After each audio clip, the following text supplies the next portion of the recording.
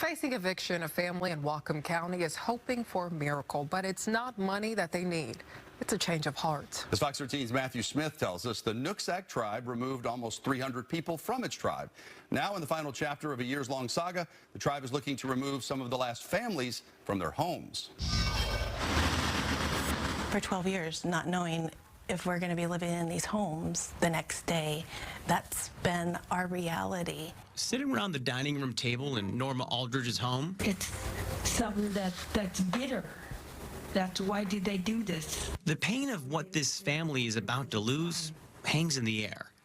And they've been told they need to leave their homes by 8 a.m. on November 29th. It's not right. Wilma Rabang, Norma, and Michelle Roberts represent 3 different families on the verge of eviction. 4 others are expecting their own eviction papers in the coming days. This is Indian country. It's the Nooksack Tribe, to be specific. More than a decade ago, the tribe said roughly 300 of their members were not, in fact, Nooksack. They questioned whether they're indigenous at all. So despite years of payments on homes, the Nooksack Housing Authority says keys and deeds don't belong to them. Instead, that'll go to other families within the 2,000-member tribe.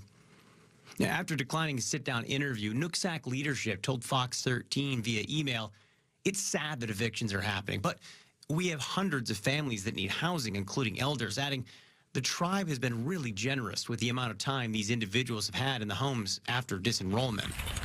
During that time, Michelle has been fighting. We caught up with her delivering legal arguments to the tribal court earlier this year. She's become the de facto legal representative for her extended family despite no legal background. That's because their attorney, Gabe Galanda, they feel left for dead, putting it bluntly, was barred from practicing within the Nooksack court. His last attempt to represent them led to tribal police being called in. The sad reality is that tribal nations wield so much political influence now through gaming wealth that the politicians in Olympia and Washington, D.C., Democrats, by the way, progressives, by the way, are afraid that if they do something at Nooksack to prevent human rights abuse, they will somehow be accused by some other tribe, perhaps a gaming tribe, of affronting tribal sovereignty. So they won't. They simply look away to protect their careers. In a rare move, the United Nations has gotten involved, issuing statements and even calling on the Biden administration to step in to stop human rights abuses. The Interior Secretary, Deb Haaland, would have the authority to do so, but has never commented on the matter, despite media attention and my own inquiries. Instead, her Assistant Secretary under the Bureau of Indian Affairs tells Fox 13, quote, "There is still time for the Nooksack Tribe to treat its community members with dignity and respect, and it is our hope that it will." Similar calls to Senator Maria Cantwell have spurred a single-sentence response, a spokesperson writing, "I hope the Nooksack Indian Tribe will work with their community members." We're a family with no country right now because the federal government doesn't want to step in, because of sovereignty. The Nooksack Tribe doesn't want to help us because they say we're not indigenous. And that's the crux of this story, sovereignty.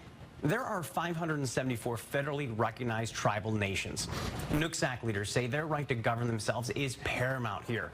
And due to our nation's history with tribes, few would dare to step on sovereignty. Though the disenrolled families say that fear has allowed tribes to essentially weaponize disenrollment because the only people they can appeal to are the very people kicking them out. But while Michelle says they belong, Identity, birthright, our culture is here. the Nooksack Tribe says they're ready to move on. In fact, they tell us they, quote, "look forward to conveying these homes to qualified Nooksack tribal citizens as soon as possible." So what happens on Friday is anyone's guess.